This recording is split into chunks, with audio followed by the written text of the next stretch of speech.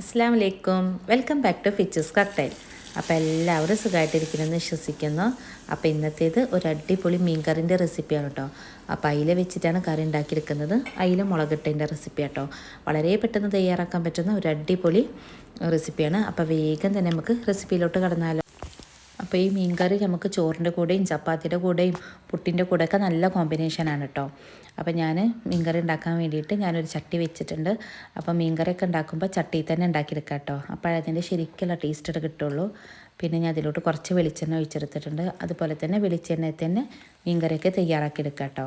ഇനി ഇതിലോട്ട് ഞാനൊരു 1/4 ടീസ്പൂണ് ഉലുവ ചേർത്തിട്ടുണ്ട്. അതോടൊപ്പം തന്നെ ഒരു 1/4 ടീസ്പൂണ് ജീരകം, വലിയ ജീരകമാണ് കേട്ടോ ചേർത്തിട്ടുള്ളത്.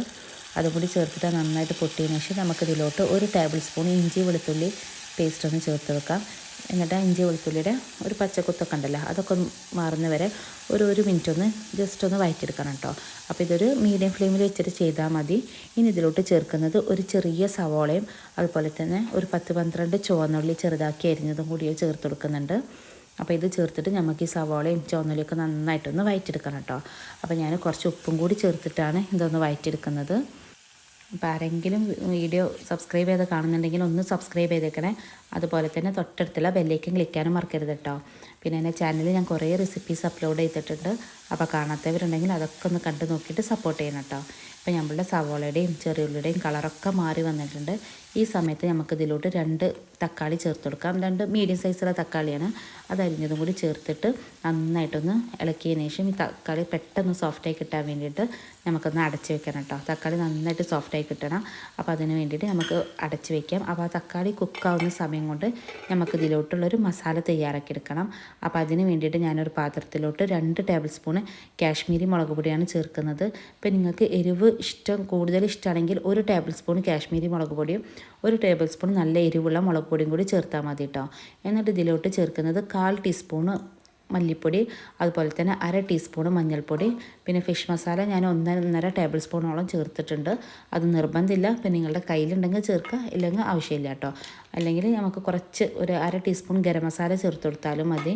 ഇത് നമുക്ക് നന്നായിട്ടൊന്ന് ഒരു പേസ്റ്റ് പോലെ ഒന്ന് കുറച്ച് വെള്ളം ഒഴിച്ചിട്ടൊന്ന് പേസ്റ്റ് രൂപത്തിലാക്കിയെടുക്കണം കേട്ടോ. അപ്പോൾ ഞാനിവിടെ പേസ്റ്റ് രൂപത്തിലാക്കി എടുത്തിട്ടുണ്ട്. അപ്പോൾ നമ്മളെ തക്കാളിയൊക്കെ ഇവിടെ നന്നായിട്ട് സോഫ്റ്റായി വന്നിട്ടുണ്ട്.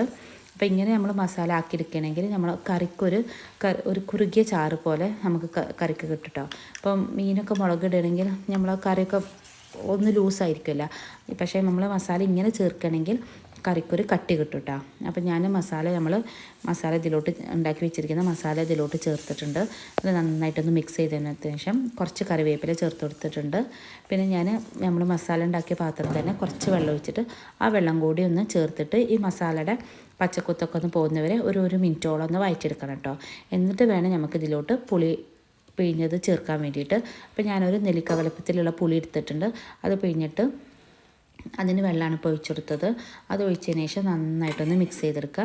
എന്നിട്ട് കറി നന്നായിട്ടൊന്ന് തിളച്ച് കിട്ടണം കേട്ടോ. അപ്പോൾ അതിന് വേണ്ടിയിട്ട് നമുക്കിതൊന്ന് അടച്ച് വയ്ക്കാം. ഇപ്പോൾ കറിയൊക്കെ നന്നായിട്ട് തിളച്ച് വന്നിട്ടുണ്ട്.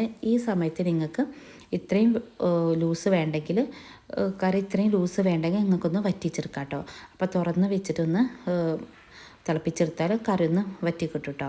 അങ്ങനെ നന്നായിട്ട് തിളച്ചതിന് ശേഷം നമുക്കിതിലോട്ട് നന്നായിട്ട് കഴുകി വൃത്തിയാക്കി വെച്ചിട്ടുള്ള മീൻ ചേർത്ത് കൊടുക്കാം. ഇപ്പം നിങ്ങൾക്ക് അയിലയും അതുപോലെ തന്നെ ഏത് മത്തി ആയാലും ഏത് മീൻ വെച്ചിട്ട് നിങ്ങൾക്ക് ഇങ്ങനെ കറി ഉണ്ടാക്കിയെടുക്കാം കേട്ടോ. നല്ല ടേസ്റ്റുള്ളൊരു കറിയാണ് ഇത്. ഞാൻ പറഞ്ഞല്ലോ, ചോറിൻ്റെയും ചപ്പാത്തിയുടെയും അതുപോലെ തന്നെ പുട്ടിൻ്റെ കൂടെ ഒക്കെ നല്ല കോമ്പിനേഷനാണ്. അപ്പം മീൻ ഇട്ടതിന് ശേഷം ഒന്ന് അടച്ച് വെച്ചിട്ട് ഒരു 2 മിനിറ്റ് ഒന്ന് അടച്ച് വെച്ചാൽ തന്നെ മീനൊക്കെ നന്നായിട്ട് തന്നെ കുക്കായി കിട്ടും കേട്ടോ. അപ്പോൾ മീനൊക്കെ നന്നായിട്ട് കുക്കായി കിട്ടിയിട്ടുണ്ട്. അപ്പോൾ ഈ സമയത്ത് ഞാൻ ഉപ്പ് നോക്കിയപ്പോൾ എനിക്ക് ഉപ്പ് കുറവുള്ള പോലെ തോന്നിയിട്ടുണ്ട്. അപ്പോൾ ഞാൻ കുറച്ചും കൂടി ഉപ്പ് ചേർത്ത് കൊടുത്തിട്ടുണ്ട് കേട്ടോ. അപ്പോൾ ഞാനിവിടെ ഇപ്പോൾ സ്റ്റൗ ഓഫ് ചെയ്തിട്ടുണ്ട്. ലാസ്റ്റായിട്ട് നമുക്ക് കുറച്ച് പച്ച വെളിച്ചെണ്ണ കൂടി ഒഴിച്ചെടുത്തിട്ടുണ്ടെങ്കിൽ നല്ല ടേസ്റ്റുള്ള അടിപൊളി മീൻ കറി ഇവിടെ റെഡി ആയിട്ടുണ്ട്. അപ്പോൾ ഇത് തീർച്ചയായിട്ടും വെളിച്ചെണ്ണയിൽ തന്നെ ഉണ്ടാക്കിയെടുക്കണം കേട്ടോ. അപ്പോഴേ ഈ ടേസ്റ്റ് കിട്ടുള്ളൂ. അപ്പോൾ എല്ലാവരും ട്രൈ ചെയ്ത് നോക്കുക. ഒരു അടിപൊളി മീൻ കറിയാണ്. അപ്പോൾ എല്ലാവരും ട്രൈ ചെയ്ത് നോക്കിയിട്ട് നിങ്ങളുടെ അഭിപ്രായങ്ങൾ കമൻറ്റ് ബോക്സിലൂടെ എഴുതി അറിയിക്കണം കേട്ടോ. അപ്പോൾ ഇത്രയേ ഉള്ളൂ ഇന്നത്തെ റെസിപ്പി. അപ്പോൾ എല്ലാവർക്കും ഇന്നത്തെ എൻ്റെ റെസിപ്പി ഇഷ്ടമായെന്ന് കരുതുന്നു. ഇഷ്ടമെങ്കിൽ ലൈക്ക് ചെയ്യുക, ഷെയർ ചെയ്യുക, കമൻറ്റ് ചെയ്യുക, സബ്സ്ക്രൈബ് ചെയ്യുക. അപ്പോൾ ഇൻഷാ അല്ലാ അടുത്തൊരു വീഡിയോ വരുന്നേരം thanks for watching. Keep supporting. Take care.